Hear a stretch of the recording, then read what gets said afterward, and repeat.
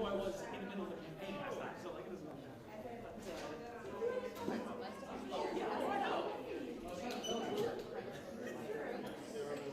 No, I wouldn't cut up, but it's like in the middle of an intersection. Yeah. You good on that?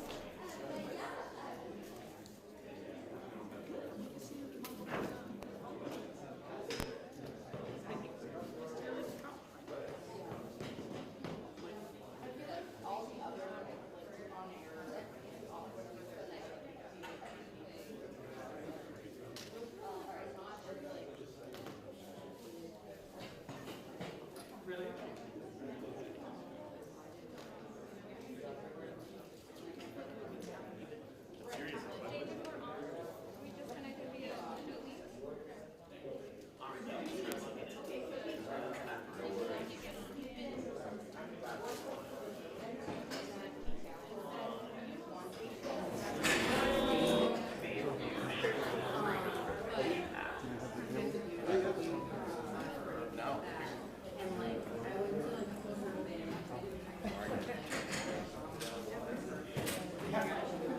Should I select share my screen? Where are you from? Yeah, you can.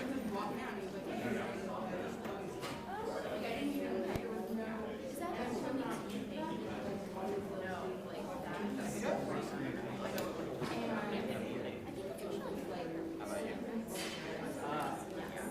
Here we are. You did a PowerPoint reading.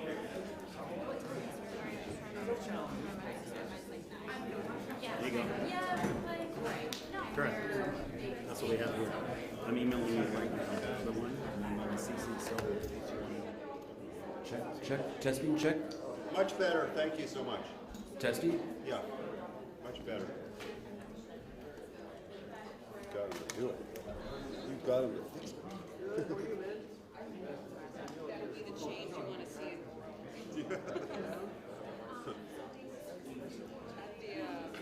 At the Biden thing, everyone was like freaking out. It was like the box in playing the music and check. And then I like saw Testing, check. 1, 2. Check. 1, 2. Testing, check. What's up? 1, 2. Huh? Are you up? I'm up, man. Okay. I'm ready to go. Let's do this already. Together. One moment.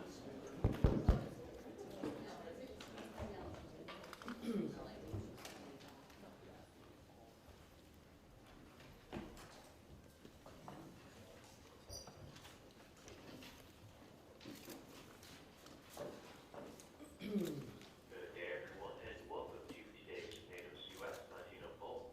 At this time, all participants are in listen-only mode.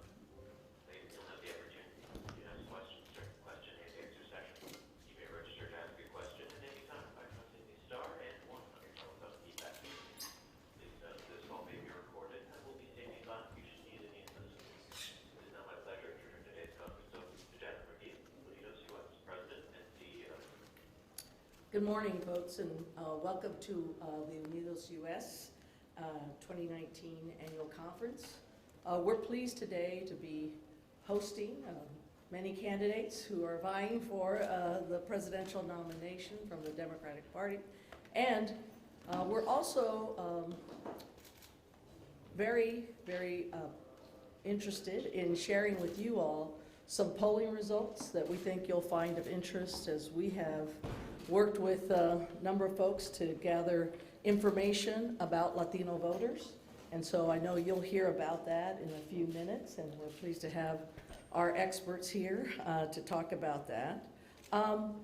Before we did that, though, I wanted just to make a couple of comments about recent events and put those on the record.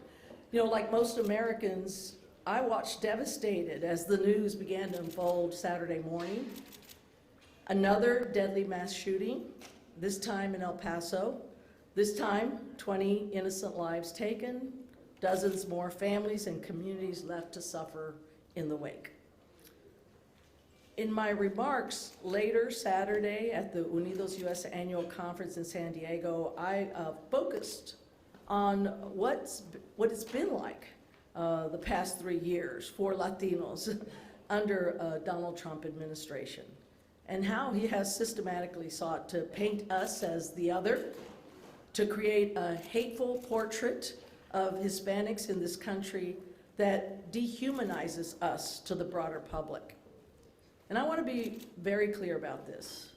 The violence in El Paso is not about immigration policy. It is about promoting hate, fear, and division.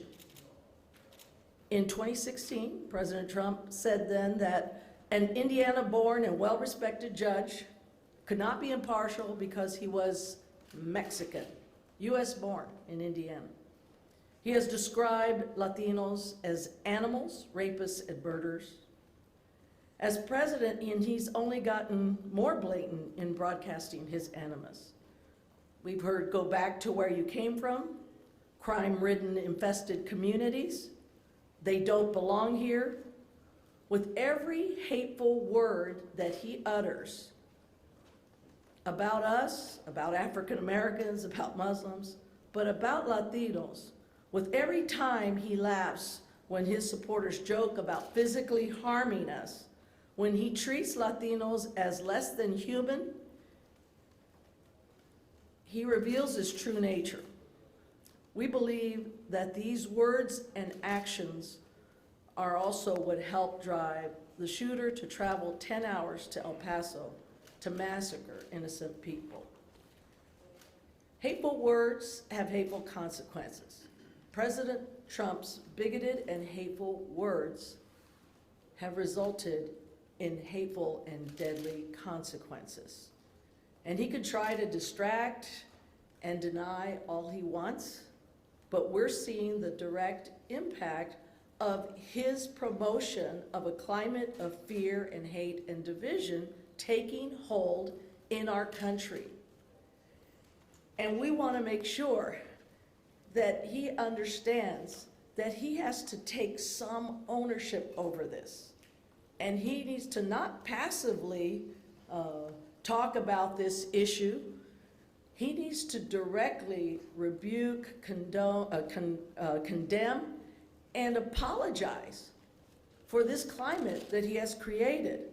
Of course, there are other factors, but he cannot deny that he has some responsibility in all of this.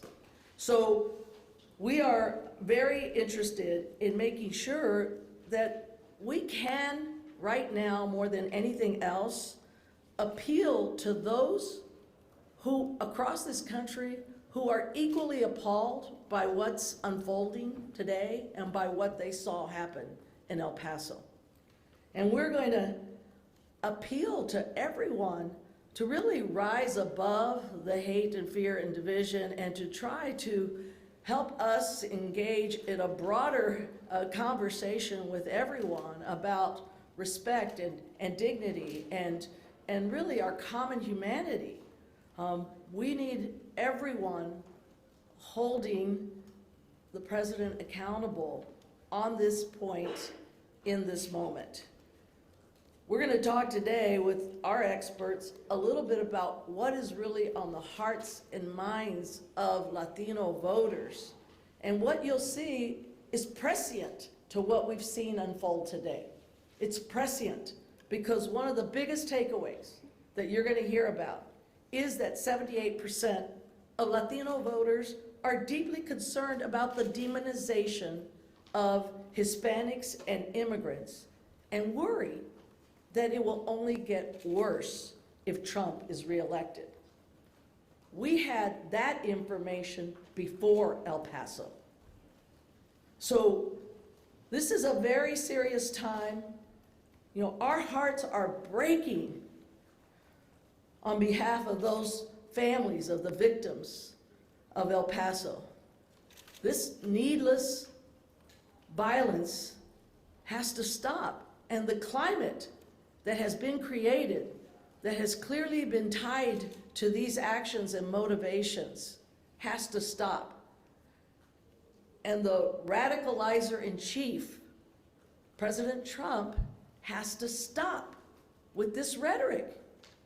There's a red flag in El Paso signaling that we have to stop this. It's a bloody red flag, and we need the president to stop. I want to make sure that you all get a deeper conversation going and hear some of the statistics and polling results that we uncovered. I'm happy to take one question or two so that we can get on with the information around the polls, if you all have one. I know we're hosting a few folks today, as I mentioned, and I'm happy to take one or two questions before they pull me away here. Yeah. We hope to hear from the presidential candidates today as far as it comes to gun control and that issue in light of the shootings. Well, we'd like to hear what they believe they can do to address this issue now and if they become president. And not just address, again, the climate, but hopefully give us specifics about what they can enact. I mean, we clearly need common sense gun reform legislation. We clearly need common sense comprehensive immigration reform. We need health reforms that include access to mental health resources. We need all of that, but I want to hear specifics about how they will address this climate and environment of hate and fear that's been created. You know, again, I don't want to steal the thunder of our results here, but one of the things that Latino voters are hungry for is someone, a candidate, who recognizes that diversity is a strength for this country, and they're equally hungry for someone who will unite us as a country. So obviously those will be points we're looking to hear from each of the candidates. Any other questions? If not, thank you. We'll let the presentation begin. Thanks all for. Oh. Just one question. In October of 2016, formerly La Raza, now UNIDOSUS, endorsed Hillary Clinton. Is the expectation that that endorsement will come as late this cycle, or should we expect an endorsement sooner? Yeah, that endorsement came from the C4, and so we'll wait to see what the C4 board and in my capacity on that side, what happens. But right now we're here in our C3 capacity, which is as a nonprofit. So we can get back to you with that as we move further down the process. Okay? Thank you so much. Thank you all.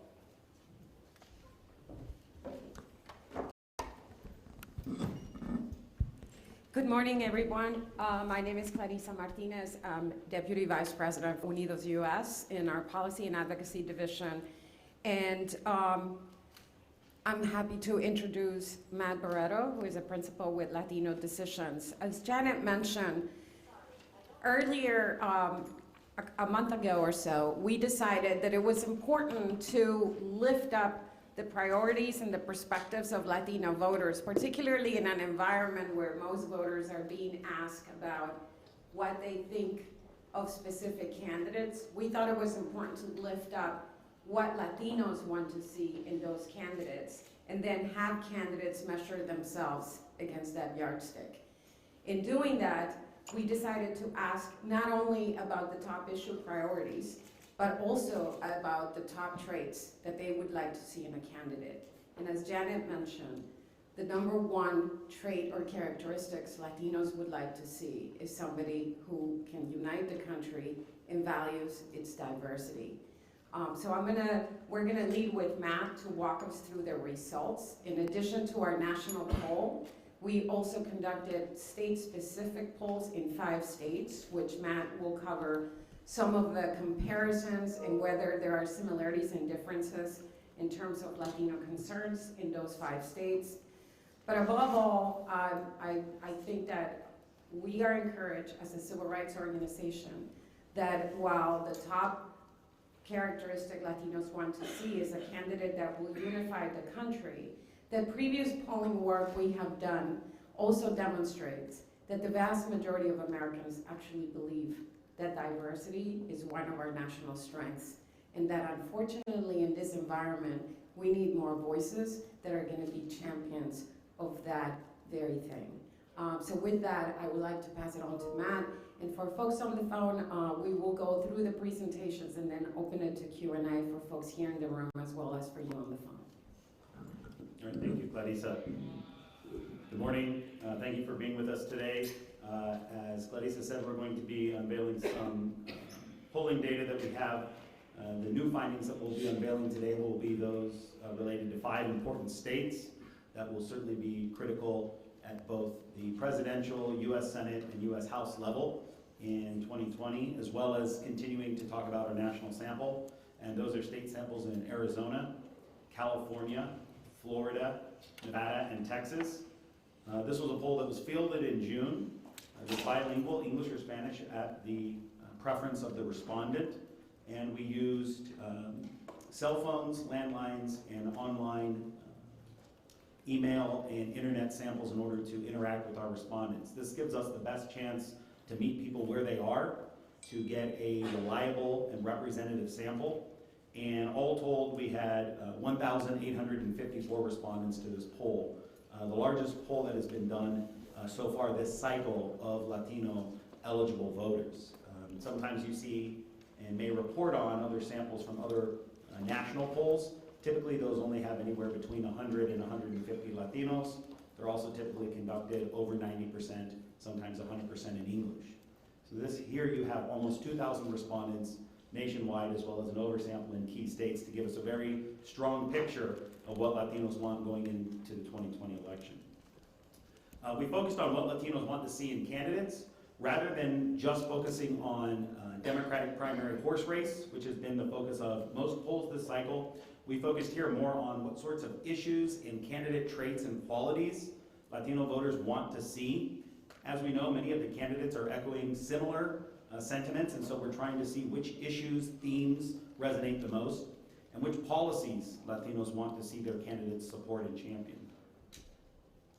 But before we get into the specific details of this poll, Clarissa and I decided just yesterday that it would be smart to add what we know about what's happening right now in relation to anti-immigrant and anti-Latino racism and the gun violence that is happening, including drawing from this poll.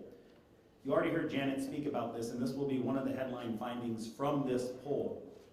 That is that 78% of Latinos in the UNIDOSUS June 2019 poll said their top concern for them and their family was that they're frustrated how Trump and his allies treat immigrants and Latinos and are worried that that is going to get worse. To reiterate, this was done in mid-June, before the latest massacre in El Paso and before the conflict between Trump and the 4 women of color freshman congresswomen. Before that, Latinos were already telling us this, and we know that it started much before that. In a separate poll that we did with Univision during similar time in mid-June, again before these events, 87% of Latino registered voters stated that racism against immigrants and Latinos is a problem today. That included a majority, 53%, who said they strongly agreed that it was a problem today. And finally, if we go back not too long ago, just to the November 2018 midterm election, and another poll that UNIDOS co-sponsored, 75% of Latinos said at that point that they want Congress to enact stricter gun laws. We know that this is an important issue. Nationally, within the Latino community, Latino voters are connecting the dots. I think as you heard former Representative O'Rourke say yesterday, it's not hard to connect the dots, and we're seeing that in our polling and our focus groups that Latinos are upset. They're upset about the climate, and they do want to see action on gun legislation. And let me add there a little bit of texture. As Janet mentioned, while a lot of this is being covered as an immigration issue, as a civil rights organization, and certainly for the Latino community, it has been clear for a very long time that the issue of immigration is being used as a proxy to stir up anxiety about the Latino community in the United States, even though 8 out of 10 Latinos in our country are United States citizens. There are many of these issues that are being used as proxies. Certainly immigration is the one that it's used to stir anxiety against Latinos. The community is very cognizant of this. Certainly didn't start with the Trump administration, but we have seen and felt from the beginning that assault against Latinos started unfolding in a practical manner first by going after the most vulnerable in the Latino community, those who happen to be undocumented. It followed by going after the next more vulnerable, those who are documented, as you have seen through actions by rescinding DACA and by attacking TPS recipients, both groups which are some of the most vetted legal immigrant groups in our country. And then it continues by going after the Latino community as a whole.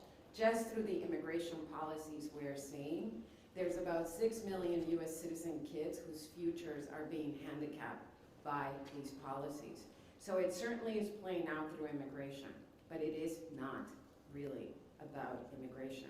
And you have probably seen some of the stories that have emerged in the media and speak for many, many other instances that are not covered about US citizens being stopped and harassed by members of the Department of Homeland Security because they dare speak Spanish in public, about US citizens who get detained and their documents are questioned by the very agencies who are supposed to know what these documents look like. This is something that citizens in border communities have had to endure for years, and that they are certainly seeing increase that level of harassment. So it is because Latinos have been seeing that and the intensification of those things that you see that reflected in these polls even before the tragedy in El Paso took place. Thank you, Clarissa, for adding that context. It certainly is much larger than just an immigration issue, as respondents to our polls and participants in our focus groups have been telling us for quite some time.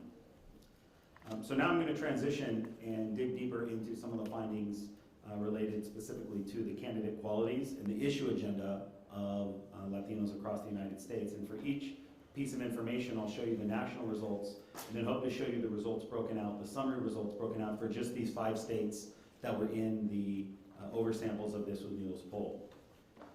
As a starting point, and you heard Janet reference this in her opening statements, what are the most important candidate qualities that you want to see in a presidential candidate?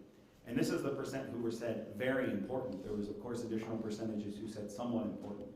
But the number one issue was a candidate who values diversity and brings people together.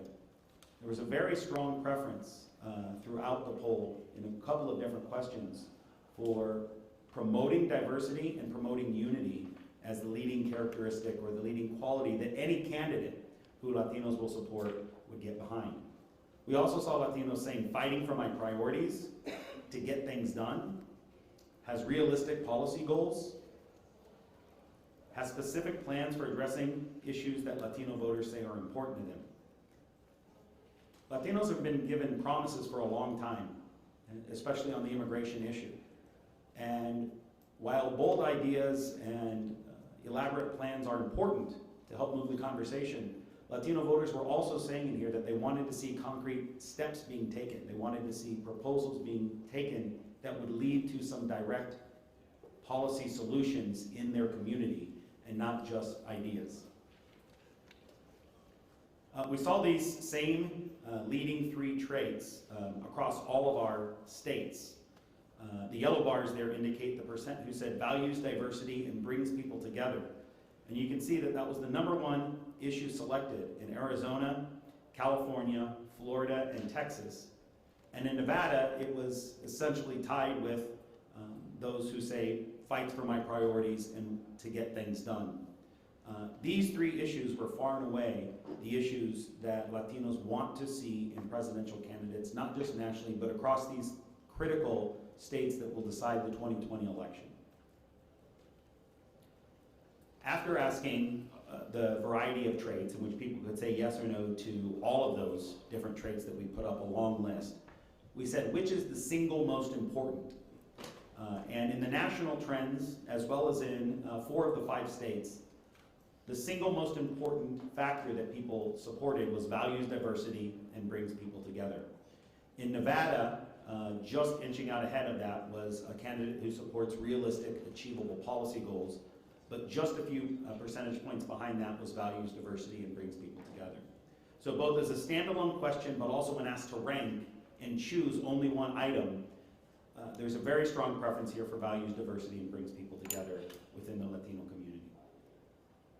What issues should the candidate address? What is the single most important issue facing our community that you want candidates to address? We allowed people to choose up to 3 issues, and here we're showing just the first mention of what people stated first, but separately in the poll results you can find when we group together and allow people to select up to 3. Certainly people care about more than one issue at a time. But consistent with polling that we've been doing for quite some time now with UNIDOS, we see that the economy, healthcare, and immigration rank as the 3 leading issues in the Latino community.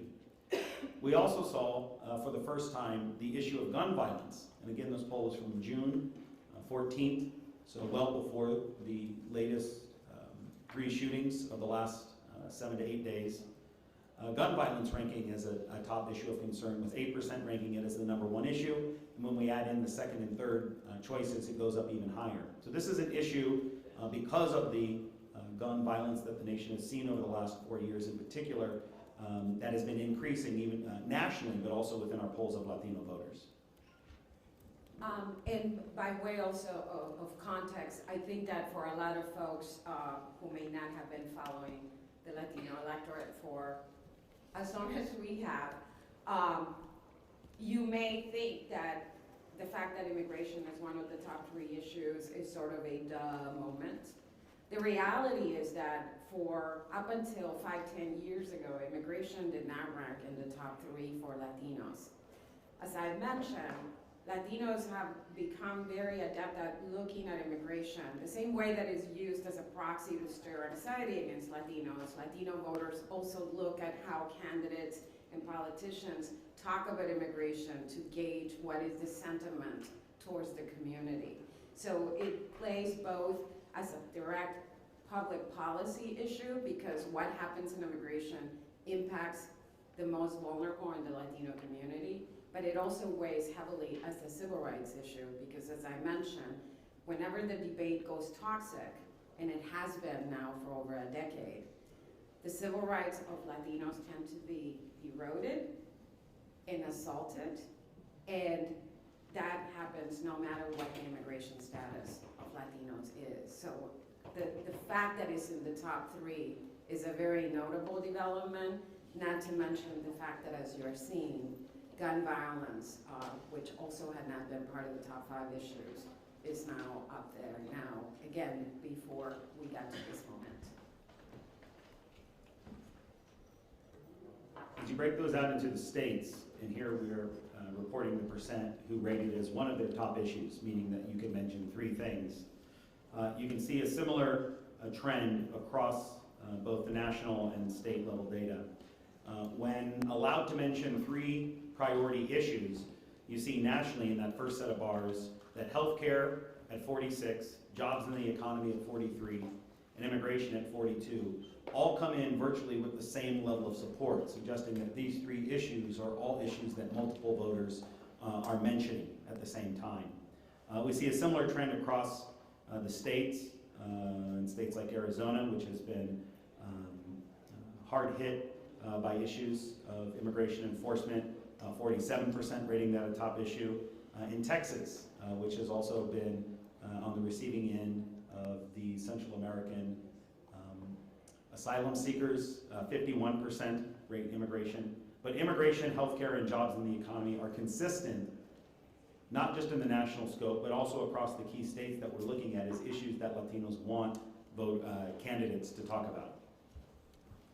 And here also let me add that for UNIDOSUS, certainly one of the reasons that we engage in polling, in addition to try to lift up the perspectives of the community, is to also, part of the long partnership we've had with Latino Decisions is to improve the quality and depth of polling, certainly of this community, and hopefully in a way that could help polling of any other community. And this is a particular area that I want to point out to you, because in a lot of polls, you see the battery of issues that are ranked based on what people identify, but you end up with the one word or two word description, jobs in the economy, immigration. We thought it was really important to actually follow up with the respondents. And so whether you responded immigration or jobs in the economy or health or any of these issues, we had follow-up questions for folks, asking them, okay, so when you think about that as your top priority, what are you thinking about? And one of and I point that out because under jobs in the economy, for example, which was the top priority Latino voters would want a candidate to address, and frankly, it's been one of the top one or two for decades. When you read most of the headlines and read that unemployment is low and therefore it's not an issue, one of the surprising things when we asked folks here what they were thinking about, they said unemployment. They're concerned about unemployment, they're concerned about the lack of jobs, they're concerned about the quality of jobs, about the wages and the insecurity of those jobs. So if we had stayed just with the top response, we wouldn't be able to shed light on that. And given the stats on unemployment, one would make assumptions that could probably be incorrect. What we know as an organization who does a lot of work on economic empowerment issues is that for many folks in the Latino community, as in other working class communities, you might be able to find a job, but if you want to support your family, you have to find 3 jobs, or 2 at least. And so lifting this up and having that follow-up allows us to see what really voters are being concerned about when they identify an issue. So this is a really important sort of methodological innovation, as Clarissa pointed out, was to follow up after you stated one of the bucket issues with an open end, where respondents could say whatever they wanted. And as she described there, you can see on your screen, not enough jobs, insecurity, instability was the top thing people said when we recoded their open-ended questions. Post-recession, the Latino community is still very much in the recovering mode, has not recovered from the recession, and people talking about that and talking about their worries about things still haven't recovered in their community. When I got to healthcare, overwhelmingly, when we said, what is it about healthcare that makes it a top issue, people said it's too expensive and unaffordable, that they wanted to see access expanded to healthcare that they could afford. And among the third issue here, immigration, among those, the issues that came to the forefront that were rated the highest when we said, what is it about immigration? People mentioned the family separations and the abuse and condition of children in the camps right now. These are overwhelmingly what are on people's minds. And just to sort of connect back to a point Clarissa made earlier on immigration, these are all of eligible voters. All the people in the survey are citizen adults eligible to vote. And they're making these connections, some who have personal connections into the community, but others who are making the connection on behalf of the way that Latinos and immigrants are being treated and described by the president and his allies. And so these issues were issues that are very critical. Very few people in the immigration subgroup, when we asked them what is it about immigration you want to see, said they wanted to see the wall be built. We'll get to that here in a second when we unpack immigration policy priorities.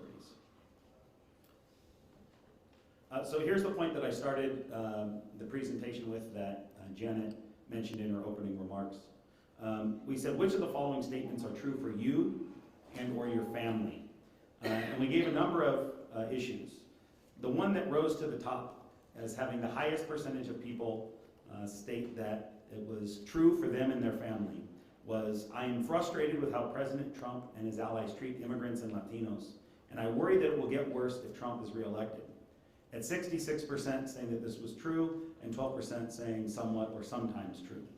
All told, 78% of Latinos said this was a concern for them and their family, not just on behalf of the Latino community in general, but a concern for them. Also on this list was concerns over Social Security, that the benefits could run out before they're retired. As we all well know, Latinos are by far the youngest demographic group in the United States, and perhaps have the farthest to go to achieve retirement, and those benefits may or may not be there. And we also see worries about their children not being able to afford college or pay off student loans, that politicians in Washington, D.C. take Latino voters for granted. This was also an issue that was seen as an important candidate quality in the earlier part of the poll, wanting a Latino agenda to be taken more seriously. Not being able to afford a home, or being able to afford the home they have. As we said, the recession is still in recovery mode in Latino communities. They've not fully recovered. And finally, that Latino voters told us that they sometimes skip doctor visits or skip buying medicine because it is too expensive. 46%. While that was 20 points lower than their concerns over Trump's rhetoric, that's nearly half of citizen adults in this country who said that for them and their family, they have to sometimes skip doctor visits or delay buying medicine because it's too expensive. Obviously, a very critical issue related to the costs of healthcare. When we break these issues out by the 5 states that we looked at, we saw that in most of the states, these same 3 issues, frustrated with Trump's treatment of Latinos and immigrants, cuts to Social Security, and concerns over student loans, which were the top 3 issues nationally, also were critical issues. In California, a quite sizable percent said that they're worried that politicians in DC take Latinos for granted and don't actually listen from a Latino perspective. And we also saw in Florida high concerns over the cost of housing and worries that they will be able to afford their home. Turning now to immigration policy, we said, rather than the traditional question of do you support a pathway to citizenship for undocumented immigrants, which we know well, overwhelmingly over 80% of Latinos support that as a part of a larger immigration strategy. We decided to ask about 4 different things that were being debated in Washington, D.C. and in the press, and asked which was the first priority in the Latino community. The number 1 priority that came out by a third of respondents, 33%, was to stop the Trump administration practice of separating children from their parents at the border. The second agenda item was to pass comprehensive immigration reform for the nearly 11 million undocumented people of the country. The third was to pass laws to protect dreamers, or to fix DACA at 25%. And then finally, the 4th item ranking on the list was to support building a wall on the U.S.-Mexico border. Again, coming in only at about 15%, which we see in a variety of different polls, not just here in the UNIDOSUS poll, but in a variety of polls, that number at about 15% or so of Latinos who do support a more conservative immigration approach and do continue to support the president. But that leaves 85% of Latinos in this poll who, when given multiple policy priorities, did not rank this as a top concern. They ranked another policy concern related to fixing the immigration status of undocumented and also stopping the separation of families as their agenda items. Saw the same trend across the states. The least amount of support for the border wall were in states of Arizona and Texas, the ones that are at the forefront of these debates over the border wall, with only 10% in Arizona and only 12% in Texas. Sometimes hear candidates talk about how Latinos in Texas are more conservative on immigration issues. They also live and confront daily the issue related to CBP and ICE and the border wall, and only 12% see that as an important policy priority for the next president. Instead, you see very strong percents who support stopping the separation of families, working towards comprehensive reform, and also supporting a permanent fix for dreamers. Besides immigration, we've already talked about other issues. We asked Latino voters about a variety of different policy issues. We didn't want this poll to only be about immigration. We wanted to delve in on all important issues in the Latino community. And we ranked these as whether or not you would be more or less likely to support a candidate who supported each of these policy issues. At the top of this list was increasing the minimum wage. Next was stopping insurance companies of refusing people with pre-existing conditions. And third was providing more federal funding for K through 12 public education, followed by supporting free tuition at colleges and universities. These were the top issues that we saw nationally as policy issues that Latinos wanted to support, as well as in the states. As I transition and talk about the states, you can see that these same issues were coming up as important: increasing wages, the top issue nationally. And in the states, we saw support, while this was a top issue, We saw increasing funding for K-12 education being a top issue in Arizona. We know that they've been battling issues related to funding on public schools. Support for free tuition at public universities was the top issue in California that garnered the most support from Latino voters. In Florida, it was insurance can't refuse pre-existing conditions. And there's been a lot of debates over the expansion of Obamacare and the Affordable Care Act in Florida. Likewise in Nevada, and in Texas, increasing wages. Finally, we conclude by talking about where Latinos view the two different political parties and how locked in they are to each of the political parties. We asked a question that we've asked before in previous polling with Unidos. Have you ever voted for a Republican candidate in the past? We know that President Trump's current approval ratings are low, and the intent to vote for President Trump is low in Latino communities. But we found that 37% of Latinos had cast a Republican ballot at some time in the past. This is about the percentage that George W. Bush got in 2004. And even with the huge growth of young voters in, who are far less likely to have voted or cast a Republican ballot, we still have a high mark of 37%. So 63% of Latinos have not. And among this 63% of Latinos who have never cast a Republican ballot, we asked them a follow-up question, just to this 63%. We wanted to find out how much of that 63% is possibly movable or open. So we asked them, would you consider voting for a Republican candidate who spoke out against President Trump's harsh policies, treatment of Latinos, treated Latinos with respect, and worked to create more humane immigration laws? So among that 63%, over half, or 38% of all Latinos nationally, said yes, they would consider voting for the GOP if they spoke out against President Trump's rhetoric, treated Latinos with more respect, and worked towards more humane immigration policies. About 25% said that they would not, said that these folks had not voted Republican in the past and they would not consider voting Republican moving into the future. Looking back at that 37% who had voted GOP in the past, we wanted to find out how firm that support was. So we asked them a separate follow-up question, just among people who had cast a Republican vote in the past. We asked them, which of these two statements do you agree with more?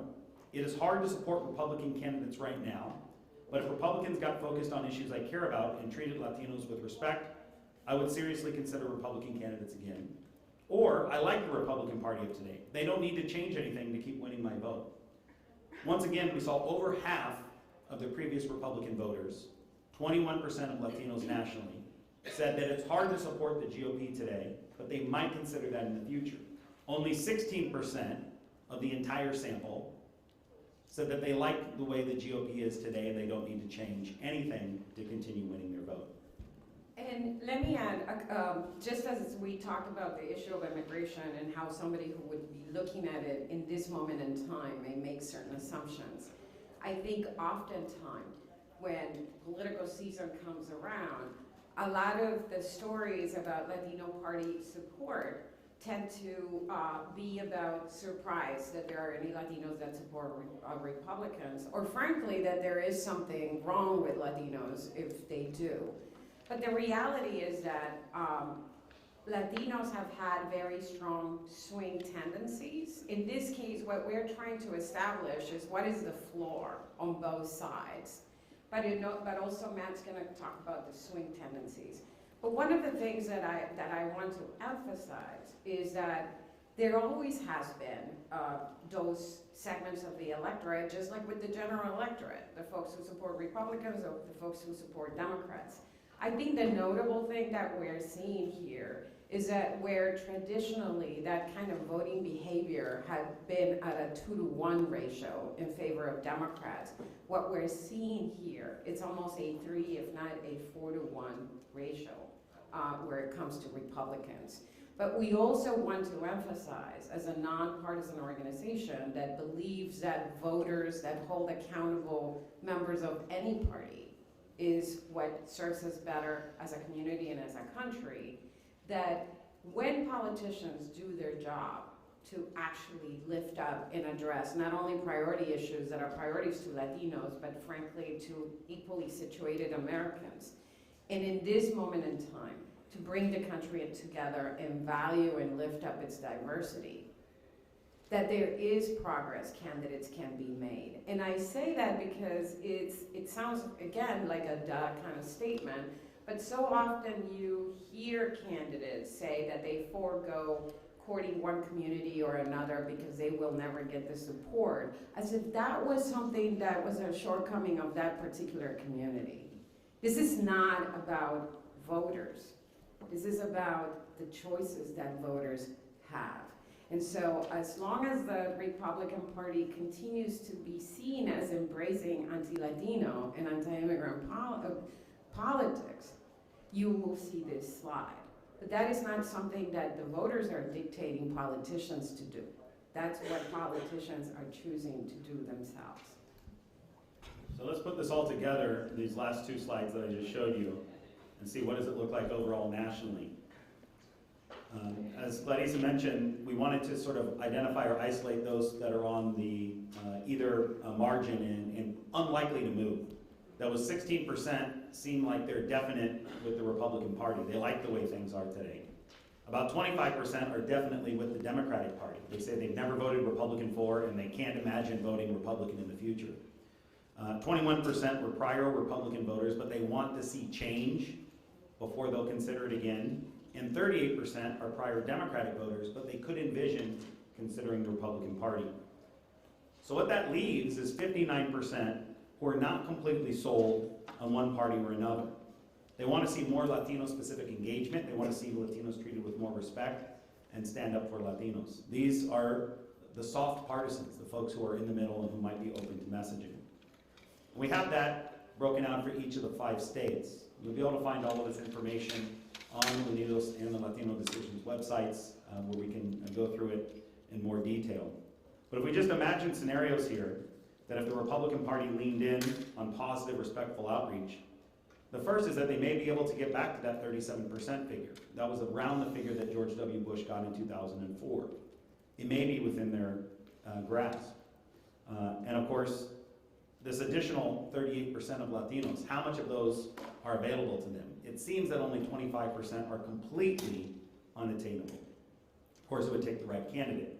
We saw in Nevada, Governor Brian Sandoval, some polling we did with UNIDOS, was actually quite popular and came into the high 40s, 47 or 48% of the Latino vote, only years before Senator Harry Reid had won 90% of the Latino vote. And just 4 years later, Brian Sandoval won about 48% of the Latino vote.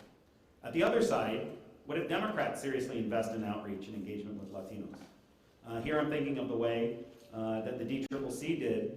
We hadn't seen ever the amount of outreach and effort that the DCCC did in the 2018 midterms under the leadership of a Latino chairman, Ben Ray Lujan, and a Latino director, Dan Sena.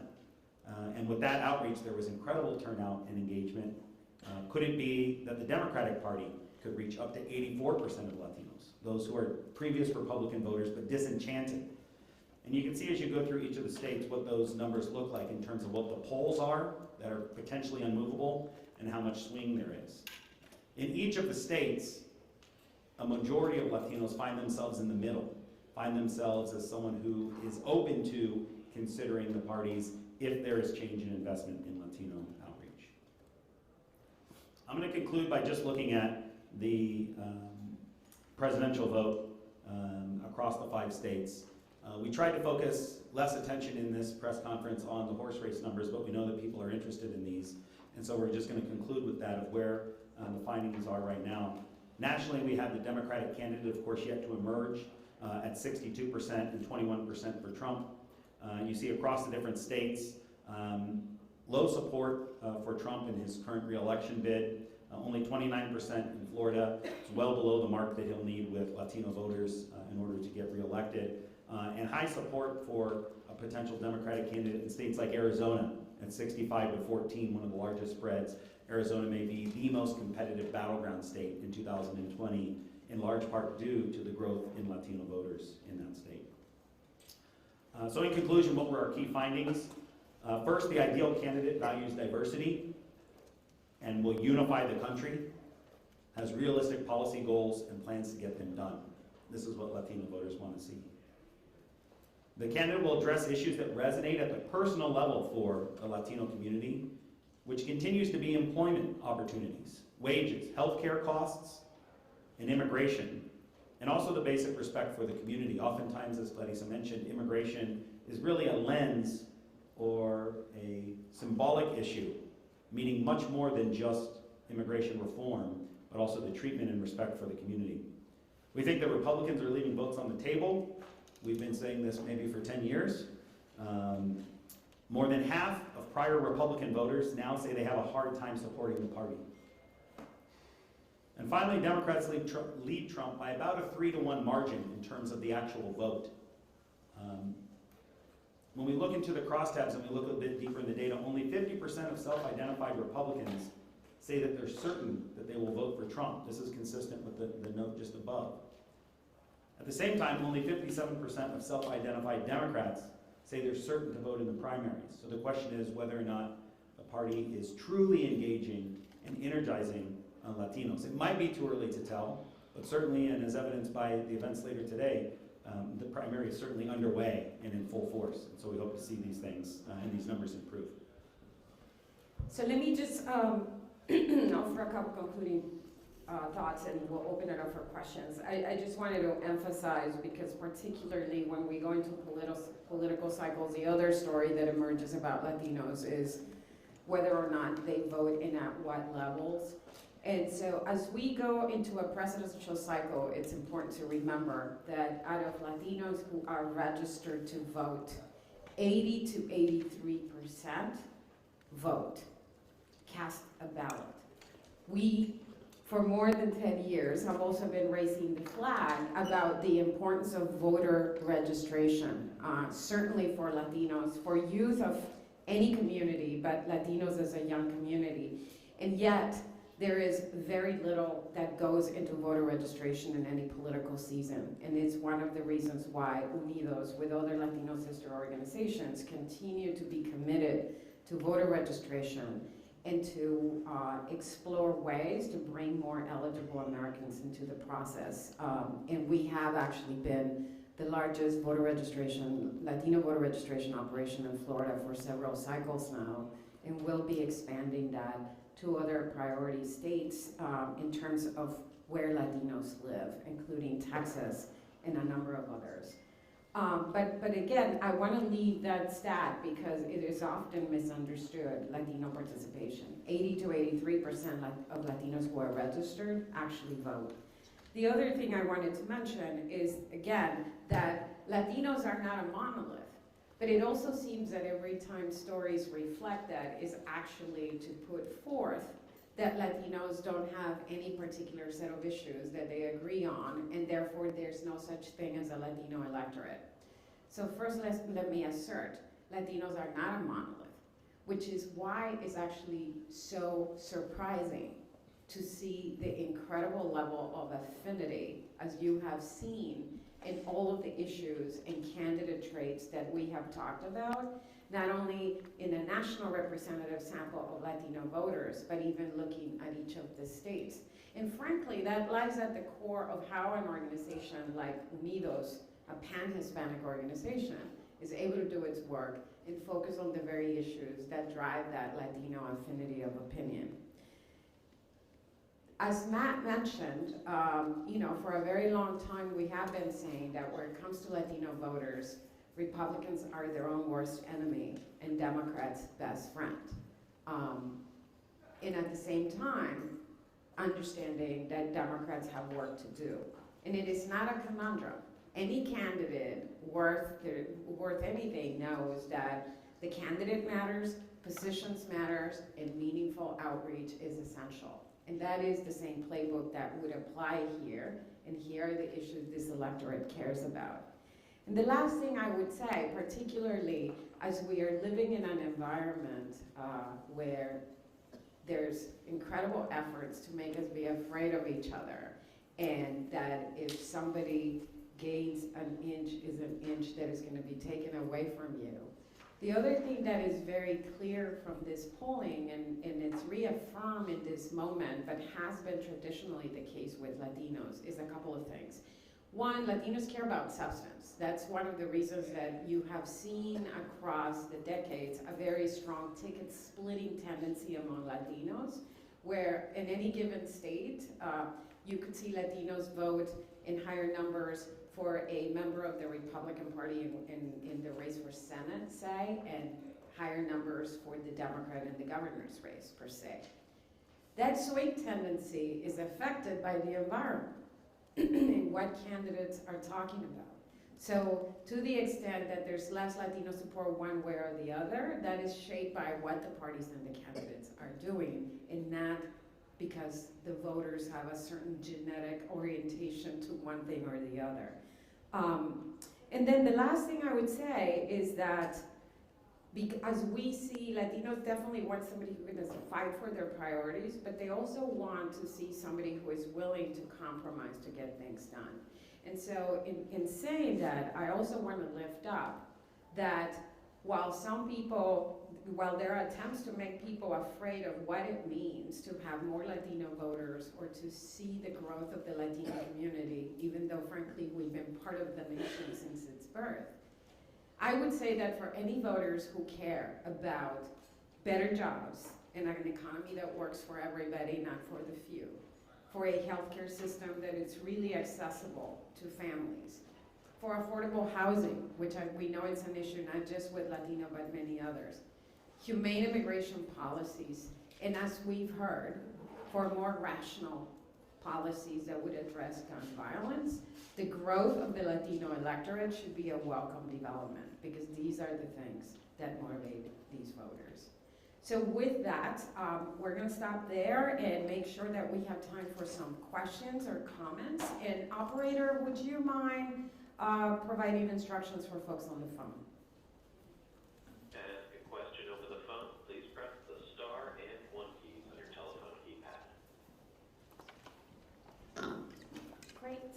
Go ahead. You said 80 to 83% of Latinos vote. Do you know the exact number of Latinos registered to vote in the U.S. nationwide? We're about. Let me start with so to give you a sense, in the last presidential election, there were about 12 million Latinos who voted. There were about 12 million more who were eligible, but who were not yet registered. So we have a pool that could potentially double. And if you think about it in terms of investment, right? Registering somebody to vote, you have a return on investment of 80 to 80. Your chance of a return on investment is 80 to 83. That's a pretty good investment. And I cite those numbers because those are more known numbers because they're from the last presidential. But Matt may have some estimates about what's been happening in the last few years. I think we were at about maybe 16 million registered in the 18 midterm. We expect that to grow to maybe about 18 million or so in the 2020 election. A lot will depend on the registration efforts. But as Clarissa said, there will continue to be a deficit of probably 12 or 14 million who are eligible but not yet registered. But we're probably going to be looking at about 18 million registered voters in 2020. Si nos podrían responder en español, por favor. En 1986 fue el Partido Republicano que hizo una amnistía de inmigración, siendo de que ahora, en estos tiempos, inmigración, vivienda y también violencia, sobre todo de las armas, inmigración es uno de los puntos más importantes por lo que está pasando actualmente. ¿Cómo es que el latino va a tener confianza de que sea republicano o sea demócrata, va a poder darles una reforma de inmigración para que cerca de 14, 15 millones de indocumentados puedan ganar el derecho que se está pidiendo desde hace 12 años y que el presidente Obama no pudo hacer teniendo una mayoría demócrata? ¿Cómo es que el latino va a tener nuevamente esa confianza de poder votar por alguien que realmente sí va a tener la voluntad o la realidad de poder hacer lo que So let me just translate the question, and I'll do it both in English and in Spanish. The basic question is that how can Latinos trust anybody who gets elected to actually deliver on immigration reform? he made a reference to how the last legalization and major overhaul happened in 1986. Reagan was president there. But, you know, under Obama, there was a Democratic majority for a couple of years and it didn't happen. So what confidence can Latinos have that, you know, whoever gets elected is going to deliver on that? Bueno, yo pienso que Matt aludió a eso. Hasta cierto punto, yo creo que la realidad aquí es la necesidad de incrementar nuestra voz política para que nos rindan cuentas ambos lados. Casi siempre que hay una campaña política, bueno, no casi siempre, siempre los políticos prometen un montón de cosas, pero depende de que nosotros sigamos incrementando nuestra voz política y nuestra capacidad de abogacía para que nos rindan cuentas. No depende de ellos, va a tener que seguir siempre dependiendo de nosotros. Entonces, bajo Obama no hubo una reforma migratoria, pero el hecho de que hubo DACA fue el resultado de la abogacía de la comunidad y nuestros aliados, y no nada más porque Obama era buena gente o porque dijeron vamos a hacer eso nosotros solos. Siempre ese empuje va a tener que seguir y por eso para nosotros la participación cívica, sea de que ayudar a las personas que califican a hacerse ciudadanos, a los que son ciudadanos a votar y a la comunidad a involucrarse en los debates políticos, es una tarea continua y sin importar de qué partido sea el que esté en la Casa Blanca o en el Congreso. So my response to that is, as Matt alluded, right, also that Democrats have work to do and Latinos are very conscious of that. I think that Latinos understand very clearly that just because, and we've lived it, that just because one party or the other is in power, that doesn't automatically mean that the issues we care about are going to be addressed. I think other voters probably feel the same way. Frankly, under Obama, the reason why DACA happened was not because, you know, they decided that it was a nice thing to do because of Latinos alone, but it was because of the political voice of the community. And frankly, they also were going into an election, if people remember that. So for us, as a civil rights organization, the continued commitment to grow the political power of the community in the voting booth, in the halls of Congress, and also in policy debates is really the only way to guarantee that there's going to be process on these issues, even if it's not immediate. Other questions? There's been a lot of reporting in the last few weeks about the fact that, I believe, correct me if I'm wrong, 25% of Democratic voters in the, was it the last presidential election were African American? They've been sort of talking about those high levels of turnout, right? What do you think, based on what you just said about 18 million approximately registered, what would that translate into a percentage of all voters for the upcoming election? So there's already been some projections by the census that in terms of the eligible voters, in 2020, Latinos will pass African Americans as the largest, next largest block after whites of eligible voters. African Americans continue to have higher voter registration rates than Latinos, and so they'll probably still be ahead of Latinos in terms of registered voters, but they'll probably be pretty close. And when it comes to the Democratic base, Latinos and African Americans together are now approaching over half of the Democratic base. So are you saying that of Democratic voters who cast a ballot in 2020, what percentage might be Latino? Probably close to a quarter. And yeah, and for African Americans, it'll probably be slightly over a quarter if turnout numbers are high. I asked the question because that number is often said in the context of that without winning the black vote, you can't win the election, or rather the Democratic nomination. Correct. So if it's so vital, and you're saying that Latino voters are only a couple of percentage points behind, there seems to be sort of a missing awareness about that. Sure, and I think if you look at some of the most important states, I mean, California and Texas, the largest group of Democratic voters in California are Latinos, larger than any other group, larger than whites, African Americans, or Asian Americans here in the state. And the same thing in Texas. The largest group of Democratic voters in Texas, the single largest group, are Latinos, and then African Americans, and then whites, and then Asian Americans. So in these states, they're not a quarter. In many of those states have the most primary delegates of any two states. California has the most, Texas has the second most. And those will be early states this year on March 3rd. So we would expect that the candidates are paying more attention to this and that they are doing more Latino outreach as a result. Hold on, I'm gonna ask, operator, do we have anybody on the phone before I forget? And then I'll come back to you. There are no questions on the phone line at this time. Okay, great. Are there any, how does, in light of the shootings, how does this reshuffle the entire polling? If you were just, it's a little speculative, but how do you guys see this shifting the landscape? I'll say first, and then Clarice, I'm sure, has thoughts on this. Well, the first that you already started to see, the polling is from June, you already started to see issues related to racism and the treatment of Latinos as top issues. You already saw gun violence as the 4th ranking issue in this poll. So for Latinos, this has been ongoing. Latest incident is just the most present in our community, but it has been ongoing. The hate speech and the attempted violence and mockery of violence at the Trump rallies, it's something that's been happening since June of 2015. It's 4 years now that Latinos have been dealing with this. And we would expect to see the percent responding that Trump and his allies are inciting racism to go up. We would expect to see the importance of background checks and gun safety legislation to go up. The question will be how long that stays an issue.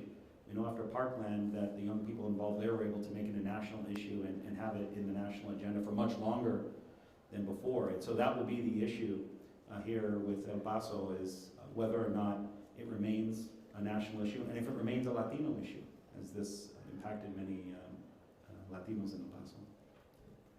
Yeah, I think for context, I know we're getting a little nerdy during the course of the poll, but another notable thing is that Latinos have normally had a very rose-colored glasses kind of sense when they respond about discrimination and other things. They've always have had a very optimistic response to that, for those of us who look at statistics on hate crimes and other things, we see that the perspective of the community is a lot more positive than the reality. And so the fact that this is rising in the issue of concerns is also a very notable development. In many ways, I think that, I remember when Trump first came down the golden escalator attacking Mexicans, and a lot of the stories, again, were being written about him attacking immigration. If you go look at his statements, he didn't lead with immigrants. He said Mexican. And part of the reason is because in our country, frankly, a lot of people perceive that anybody who's Latino, for the most part, is Mexican. So it was a very nuanced way to actually lift up again how immigration is used as a proxy that may make it more palatable for some politicians to partake in that kind of division. But the other thing that I think that is clear for this community is that in many ways, we are an symbolic embodiment of the national diversity of the country, because Latinos come in all races, all religious denominations, political affiliations, sexual orientations.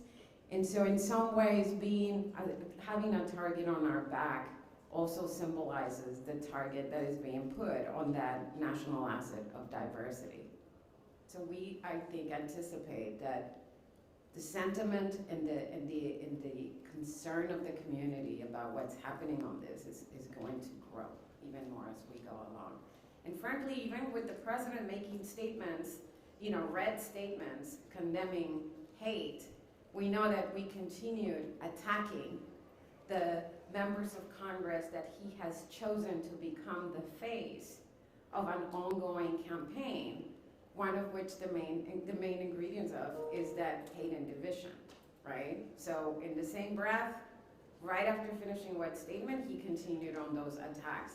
So we don't see him taking a step back from continuing to fuel the kinds of actions and rhetoric that is growing Latino concern about this. Thanks for doing this. Is there anything about the Nevada electorate that would help explain why it was only Nevada that ran realistic, achievable policy ideas as the top priority, but not necessarily I think some of those, first of all, they're fairly close in terms of those top issues, values, diversity, realistic policy, and we'll fight for my priorities. They're all fairly close in all the states. It did come out stronger in Nevada, and I would say that Nevada has been a state that has seen rapid demographic change and now seeing political change. I think people, Latinos in Nevada in particular, are starting to see policy change come with the Democratic legislature enacting a lot of policy change, and so they might be sort of in the mood to see that continue. They have long been up against roadblocks in Nevada, and some of those are starting to come down, and many of those because of the growth of the Latino community. So I think in Nevada is a state that we see a lot of empowerment in. It is sort of a forerunner or forebearer of Arizona on what might happen there as Latinos have increased their political power in Nevada, both in organizing on the ground and also as voters. And I believe that due to heightened security measures, we also have to wrap up and move you guys somewhere. Do I have somebody from the communications team here that has those instructions? Or do we have more time, or do we need to move? Lunch is going to be served at 11 here, and then from then on, we are going to be moving you guys to the room. So do you want us to conclude, or do we have more questions? Yes, if there are more questions, if lunch is not here yet, yes, please go ahead. Absolutely. All right, we promise not to stand between you and lunch, but we'll keep you entertained until then. Any other questions before we wrap up? If anybody else, can I have one more? Oh, sorry.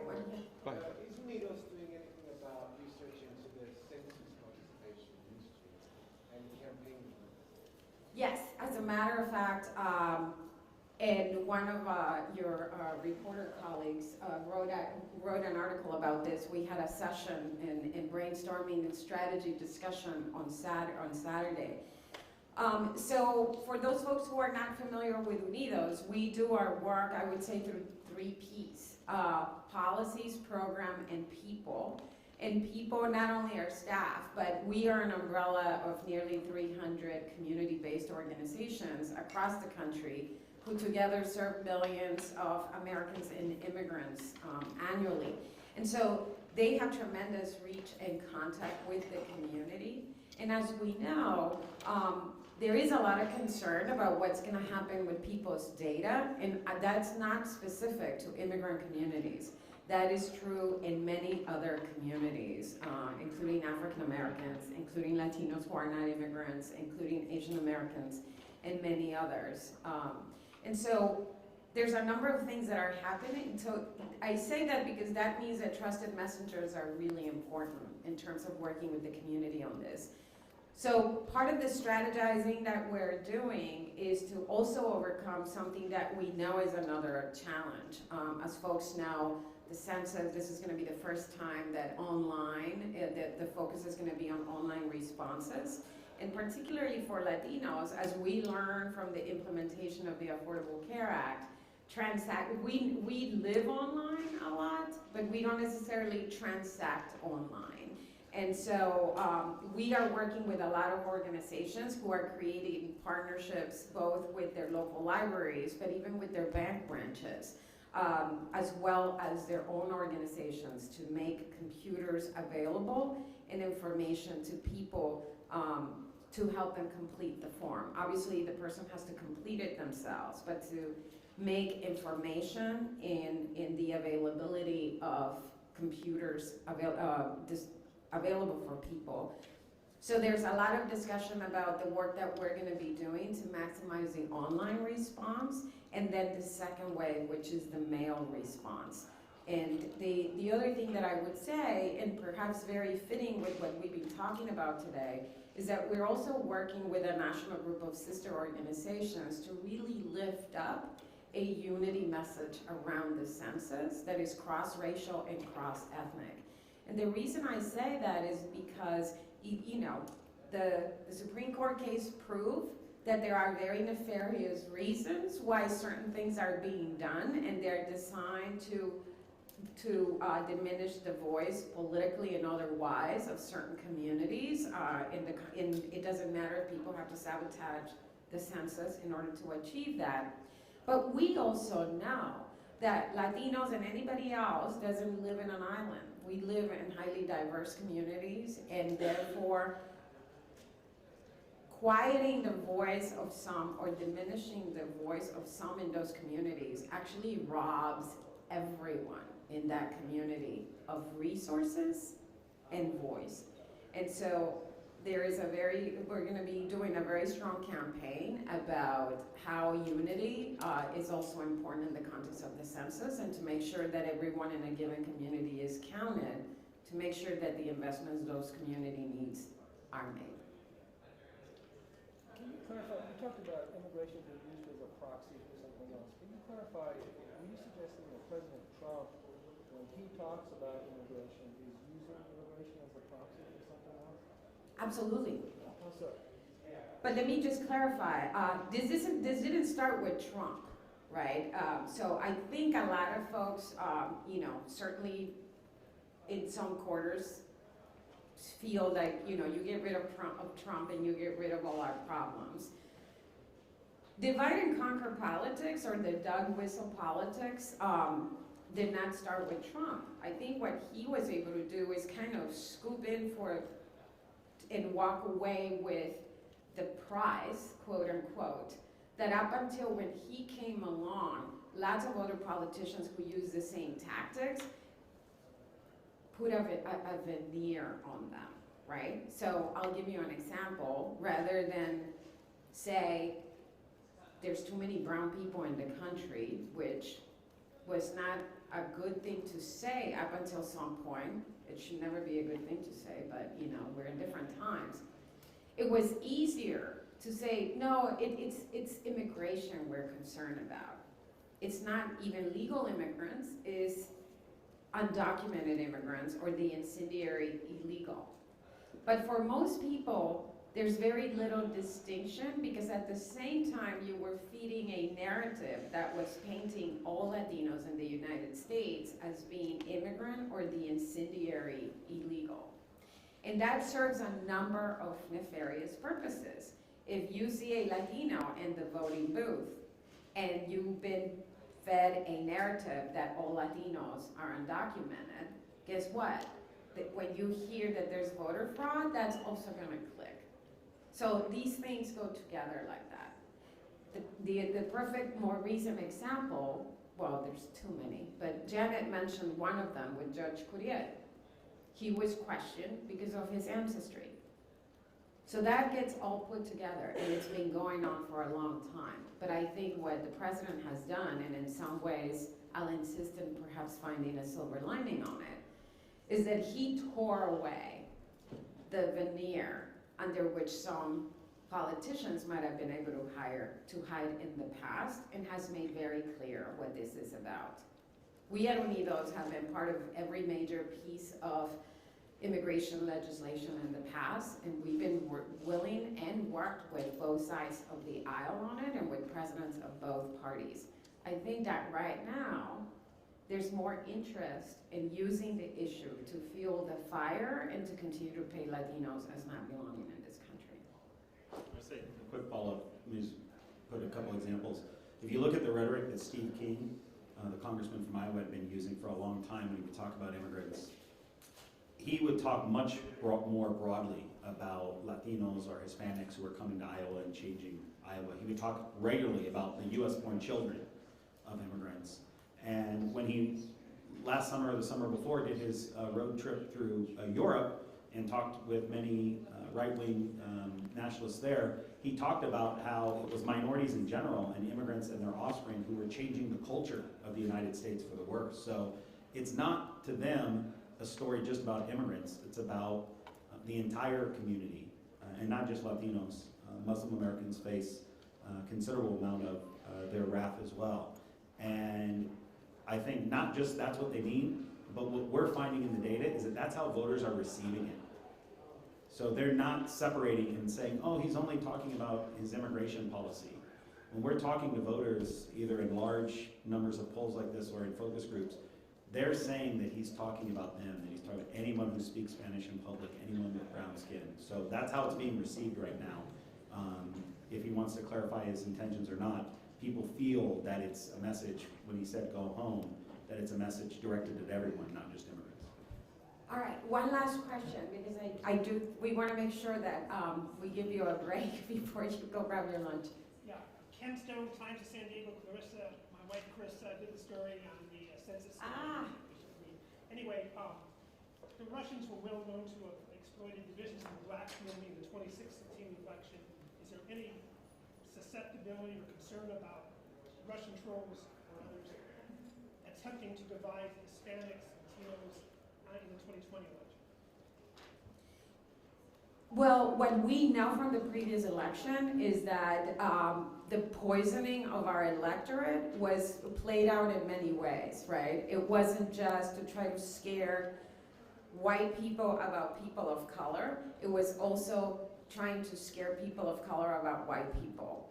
And frankly, I came across websites during the 2018 election where you see that they come across your desk and you see them and they have the right talking points and you can't find who's behind them or anything like that. So Latinos and African Americans and others are also being targeted to try to exploit our worst fears and make us more susceptible to that division, which is one of the reasons why for us is so important as a civil rights organization that at the same time we're doing what we need to do to defend the community, both from the toxic rhetoric and the actions of the administration, and frankly, in some states as well, including the state of Texas and the state of Florida, who have all been too happy to push forward legislation that continues to put a target on the backs of Latinos. That at the same time we're doing that, we're also being deliberate about creating spaces where people can stand together.